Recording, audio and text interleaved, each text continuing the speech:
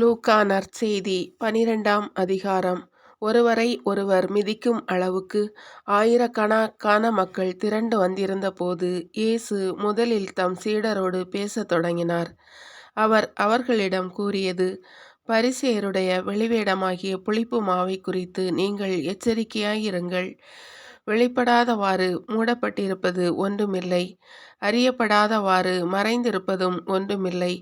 ஆகவே நீங்கள் இருளில் பேசியவை ஒளியில் கேட்கும், நீங்கள் உள்ளறைகளில் காதோடு காதாய் பேசியவை வீடுகளின் மேல் தளத்திலிருந்து அறிவிக்கப்படும்.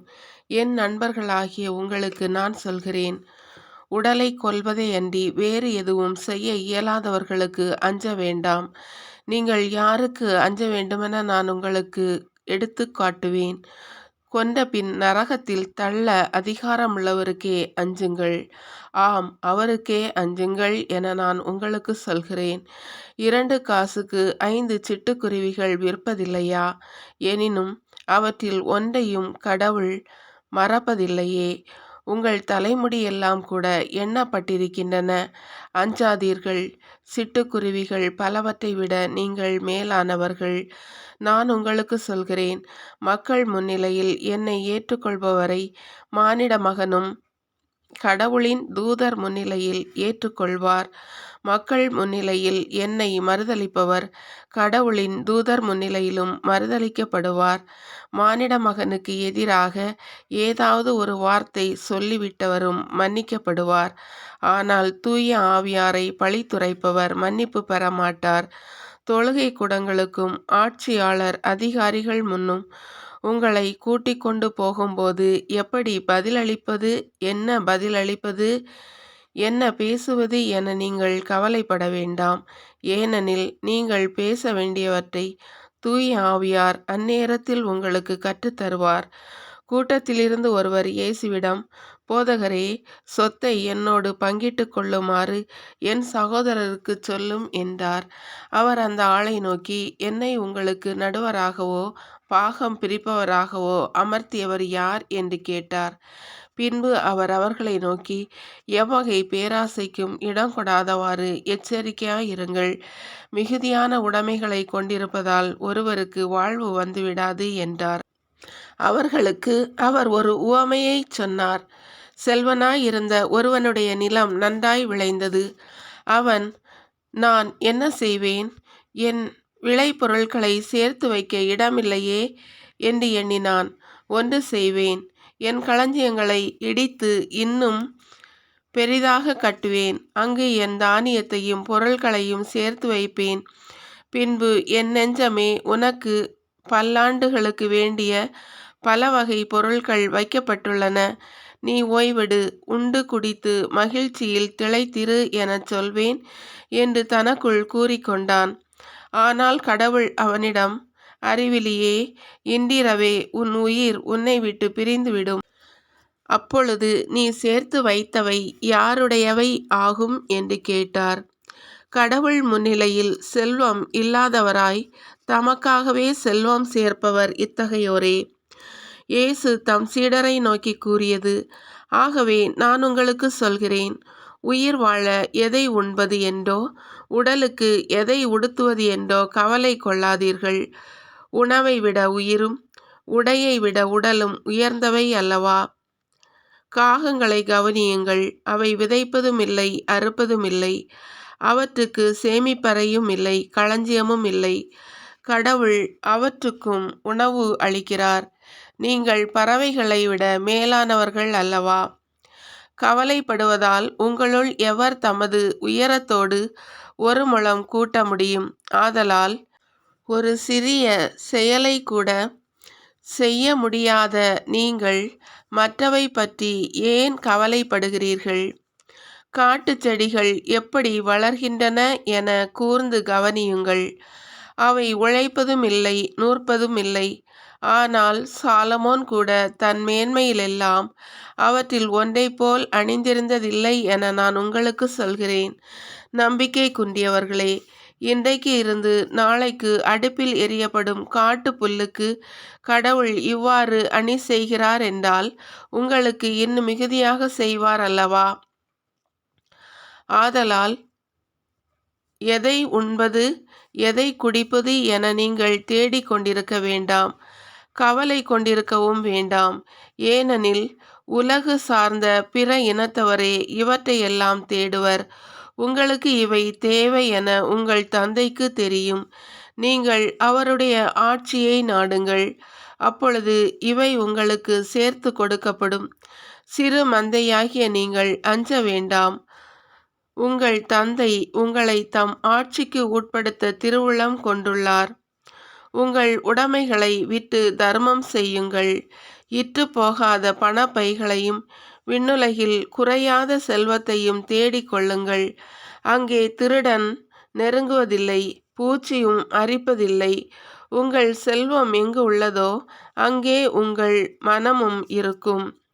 உங்கள் இடையை வரிந்து கட்டிக்கொள்ளுங்கள், விளக்குகளும் எரிந்து கொண்டிருக்கட்டும்.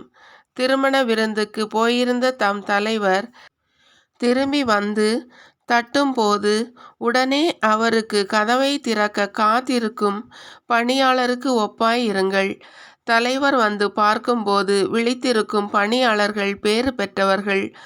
அவர் தம் இடையை வரிந்து கட்டிக்கொண்டு அவர்களை பந்தியில் அமரச் செய்து அவர்களிடம் வந்து பணிவிடை செய்வார் என உறுதியாக உங்களுக்கு சொல்கிறேன். தலைவர் இரவில் 2ஆம் காவல் வேளையில் வந்தாலும் 3ஆம் காவல் வேளையில் வந்தாலும் அவர்கள் விழிப்பாய் இருப்பதை காண்பாரானால் அவர்கள் பேறு பெற்றவர்கள். எந்த நேரத்தில் திருடன் வருவான் என்று வீட்டு உரிமையாளருக்கு தெரிந்திருந்தால் அவர் தம் வீட்டில் கன்னமிட விடமாட்டார் என்பதை அறிவீர்கள். நீங்களும் ஆயத்தமாயிருங்கள், ஏனெனில் நினையாத நேரத்தில் மானிட மகன் வருவார். அப்போது பேதுரு, ஆண்டவரே, நீர் சொல்லும் இந்த உவமை எங்களுக்கா அல்லது எல்லாருக்குமா என்று கேட்டார். அதற்கு ஆண்டவர் கூறியது, தம் ஊழியருக்கு வேளாவேளை படியளக்க தலைவர் அமர்த்திய நம்பிக்கைக்குரியவரும் அறிவாளியுமான வீட்டு பொறுப்பாளர் யார்? தலைவர் வந்து பார்க்கும்போது தம் பணியை செய்து கொண்டிருப்பவரே அப்பணியாளர். அவர் பேறு பெற்றவர். அவரை தம் உடைமைகளுக்கெல்லாம் அதிகாரியாக அவர் அமர்த்துவார் என உண்மையாக உங்களுக்கு சொல்கிறேன்.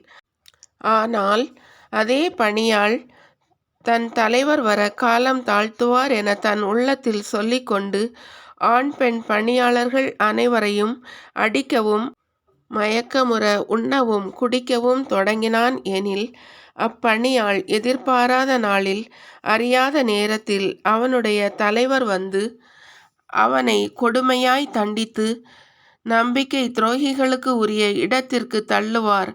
தன் தலைவரின் விருப்பத்தை அறிந்திருந்தும் ஆயத்தமின்றியும் அவர் விருப்பப்படி செயல்படாமலும் இருக்கும் பணியாள் நன்றாய் அடிபடுவான். ஆனால் அவர் விருப்பத்தை அறியாமல் அடி வாங்க வேண்டிய முறையில் செயல்படுபவன் அவரது விருப்பத்தை அறியாமல் செயல்படுவதால் சிறிதே அடிபடுவான். மிகுதியாக கொடுக்கப்பட்டவரிடம் மிகுதியாகவே எதிர்பார்க்கப்படும்.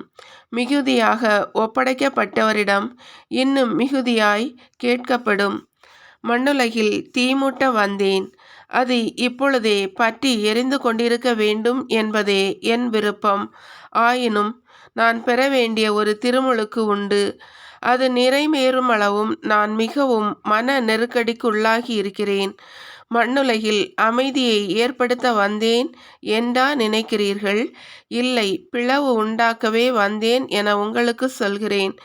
இது முதல் ஒரு வீட்டிலுள்ள 5 இருவருக்கு எதிராக 3 மூவருக்கு எதிராக 2 பிரிந்திருப்பர்.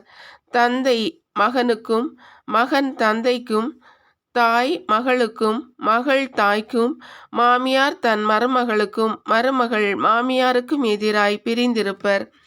இயேசு மக்கள் கூட்டத்தை பார்த்து, மேகத்திலிருந்து மேகம் எழும்புவதை நீங்கள் பார்த்ததும் மழை வரும் என்கிறீர்கள். அது அப்படியே நடக்கிறது. தெற்கிலிருந்து காற்று வீசும் பொழுது மிகுந்த வெப்பம் உண்டாகும் என்கிறீர்கள். அதுவும் நடக்கிறது. வெளிவேடக்காரரே, நிலத்தின் தோற்றத்தையும் வானின் தோற்றத்தையும் ஆய்ந்து பார்க்க அறிந்திருக்கும் போது இக்காலத்தை நீங்கள் ஆய்ந்து பாராமல் இருப்பது எப்படி? நேர்மையானது எதுவென நீங்கள் தீர்மானிக்காமல் இருப்பதேன்? நீங்கள் உங்கள் எதிரியோடு ஆட்சியாளரிடம் போகும்போது வழியிலேயே உங்கள் வழக்கை தீர்த்து கொள்ள முயற்சி செய்யுங்கள். இல்லையேல் அவர் உங்களை நடுவரிடம் இழுத்து கொண்டு போக நடுவர் உங்களை நீதிமன்ற அலுவலரிடம் ஒப்புவிப்பார். நீதிமன்ற அலுவலர் உங்களை சிறையில் அடைப்பார். கடைசி காசு வரை நீங்கள் திருப்பி செலுத்தாமல் அங்கிருந்து வெளியேற மாட்டீர்கள் என உங்களுக்கு சொல்கிறேன்.